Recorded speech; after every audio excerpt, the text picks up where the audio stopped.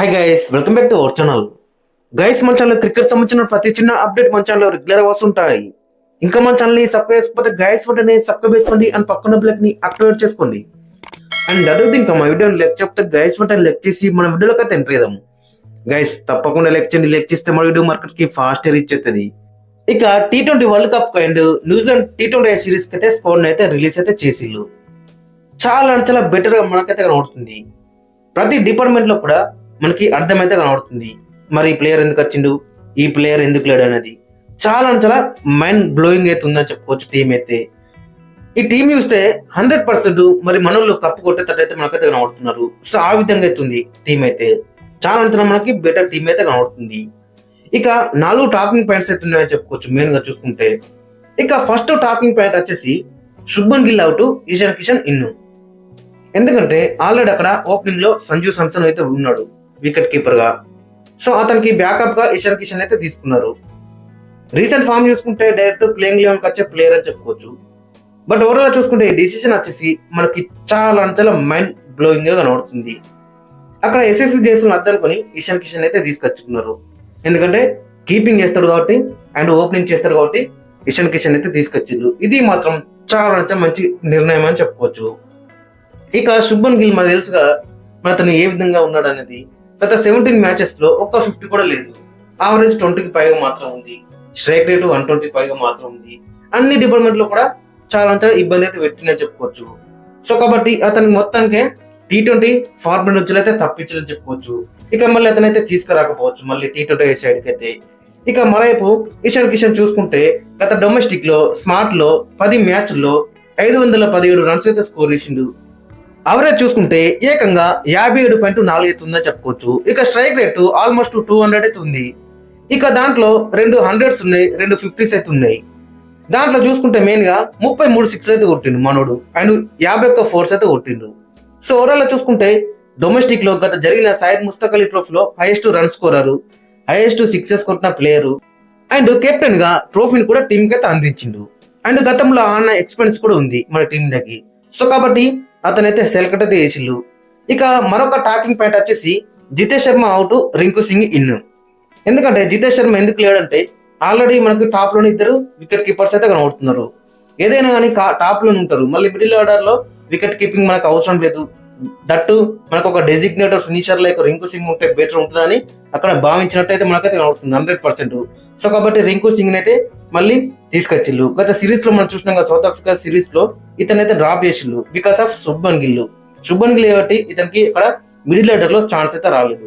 So కాబట్టి ఇప్పుడు శుభ్మన్ గిల్ లేడు కాబట్టి ఆల్రెడీ మనకి పైననే వికెట్ కీపింగ్ ఆప్షన్ అయితే అయిపోతుంది కాబట్టి మళ్ళీ ఇక్కడ ప్లేయింగ్ లెవెన్ లో రింకు సింగ్ ఆడే ఛాన్స్ అయితే మనకి ఎక్కువ కనబడుతుంది. సో కాబట్టి రింకు సింగ్ కి మంచి అవకాశం అని చెప్పుకోవచ్చు. ఖచ్చితంగా ప్లేయింగ్ లెవెన్ లో ఉంటాడని చెప్పుకోవచ్చు. నెంబర్ 6 ఆర్ నెంబర్ 7 లో ఖచ్చితంగా ఉంటాడు రింకు సింగ్. ఇక తర్వాత టాకింగ్ పాయింట్ వచ్చేసి అక్షర్ పటేల్ వైస్ కెప్టెన్ గా మళ్ళీ ఇతనైతే తీసుకొచ్చిల్లు. గతంలో మనం చూసినాం కదా, శుభ్మన్ గిల్ లేకముందు మరి అక్షర్ పటేల్ మనకి వైస్ కెప్టెన్ అని చెప్పుకోవచ్చు. సో ఇప్పుడు కూడా మళ్ళీ అక్షర్ పటేల్ అయితే వైస్ కెప్టెన్ అయితే చేసిల్లు. ఒకలేట సూర్యకుమార్ యాదవ్ కానీ ఇంజూర్ అయినా అని చిన్న నిగల్స్ బిగ్గల్స్ వచ్చినా కానీ చిన్న మ్యాచెస్ మిస్ అయినా కానీ అక్కడ అక్షర్ పటేల్ అయితే లీడ్ అయితే చేస్తాడని చెప్పుకోవచ్చు. ఇక బిగ్గెస్ట్ ఇంట్రెస్టింగ్ టాకింగ్ పాయింట్ ఏంటంటే left right combination over rated. Number 3 లో తిలకర్మ వస్తాడు, నెంబర్ 4 లో నేను వస్తానని అక్కడ స్వయంగా సూర్యకుమార్ యాదవ్ అయితే చెప్పిండు. ఏదైనా ఇంపార్టెంట్ గా అవసరం ఉన్నప్పుడు మేము లెఫ్ట్ రైట్ కాంబినేషన్ అయితే చూస్తాం. బట్ జనరల్ గా చూసుకుంటే తిలకర్మ నెంబర్ 3 లో వస్తాడు, నేను నెంబర్ 4 లో వస్తాడని స్వయంగా సూర్యకుమార్ యాదవ్ అయితే చెప్పిండు. ఒక్కసారి మనం ఫైనల్ లో స్క్వాడ్ ఒకసారి చూసుకుంటే Suryakumar Yadav captain, Abhishek Sharma, Sanju Samson wicket keeper, తిలకర్మ, Hardik Pandya, Shivam Dube, Axar Patel vice captain, Rinku Singh, Jasprit Bumrah, Harshit Rana, Arshdeep Singh, Kuldeep Yadav, Varun Chakravarthy, Washington Sundar and Ishan Kishan wicket keeper. ఇక ఓవరాల్ గా చూసుకుంటే స్క్వాడ్ మాత్రం మనకి చాలా ఇంట్రెస్టింగ్ అయితే కనబడుతుంది. 15 మందిని అయితే సెలెక్ట్ అయితే చేసిల్లు. ఆ 15 మంది కూడా ప్లేయింగ్ లెవెన్ లో ఉండాల్సిన ప్లేయర్స్ అని చెప్పుకోవచ్చు. సో అలాంటి కాంపిటీషన్ అయితే మనకైతే అక్కడ కనబడుతుంది. ఇక ఓవరాల్ గా చూసుకుంటే మరి ప్లేయింగ్ లో వచ్చేసి అక్కడ ఓపెనర్స్ వచ్చేసి అభిషేక్ శర్మ అండ్ సంజు శాంసన్ బరిలోకి దిగుతారు. ఇక నెంబర్ 3 లో తిలకర్మ, నెంబర్ 4 లో కెప్టెన్ సూర్యకుమార్ యాదవ్, 5 లో చూసుకుంటే హార్దిక్ పాండ్యా, 6 లో శివన్ దుబే, 7 లో రింకు సింగ్, 8 లో అక్షర్ పటేల్ రకం మంచి సాలిడ్ అయిన స్ట్రాంగ్ బ్యాటింగ్ లైనప్ అయితే కనబడుతుంది. ఇక తర్వాత 9 లో చూసుకుంటే హర్షదీప్ సింగ్, 10 లో జస్ప్రీత్ బుమ్రా అండ్ 11 లో వరుణ్ చక్రవర్తి. మరి కుల్దీప్ యాదవ్ ఆడించాలనుకుంటే ఇట అక్కడ హర్షదీప్ సింగ్ అయితే బయటకు వెళ్తాడు అండ్ కుల్దీప్ యాదవ్ అయితే లోపలికి వస్తాడు. ఒకవేళ ఇట్లా 2 మచ్ స్పిన్నర్లకు వెళ్ళిపోతే గిట్ట ఖచ్చితంగా వరుణ్ చక్రవర్తి అండ్ కుల్దీప్ యాదవ్ ఇద్దరు కూడా ఉంటారని చెప్పుకోవచ్చు విత్ అక్షర్ పటేల్. సో ఈ విధంగా అయితే ఉంటుంది అక్కడ మన కాంబినేషన్ వచ్చేసి. చాలా అంతలా మనకి బెటర్ కాంబినేషన్ కనబడుతుంది, బెటర్ స్క్వాడ్ అయితే కనబడుతుంది అని చెప్పుకోవచ్చు. ఈ టీమ్ తోని 100% మనం మ్యాచెస్ గెలుస్తాం అండ్ వరల్డ్ కప్ కూడా గెలిచే తట్టు అయితే మనకైతే కనబడుతుంది.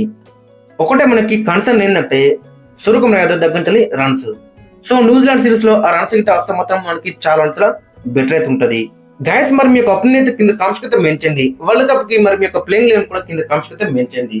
ఇక రేపటి వీడియోలో ఎస్ఆర్హెచ్ గురించి అయితే మనం అయితే డిస్కస్ అయితే చేయబోతున్నాం. మరి ఎస్ఆర్హెచ్ స్క్వాడ్ ఏ విధంగా ఉంది, మరి వాళ్ళ యొక్క ప్లేయింగ్ లెవెన్ ఏ విధంగా ఉంటుంది, మరి కొత్తగా వచ్చిన ప్లేయర్స్ కి ప్లేయింగ్ లెవెన్ లో ఛాన్స్ ఉంటుందా ఉండదా అనేది కూడా మనం ఇవన్నీ కూడా డిస్కస్ అయితే చేయబోతున్నాం. సో కాబట్టి ఇంకా మన ఛానల్ సబ్స్క్రైబ్ చేసుకోకపోతే గైస్ వెంటనే సబ్స్క్రైబ్ చేసుకోండి అండ్ పక్కన బెల్ ని యాక్టివేట్ చేసుకోండి అండ్ మీ యొక్క ఒపీనియన్ కింద కామెంట్స్ అయితే మెన్షన్ చేయండి.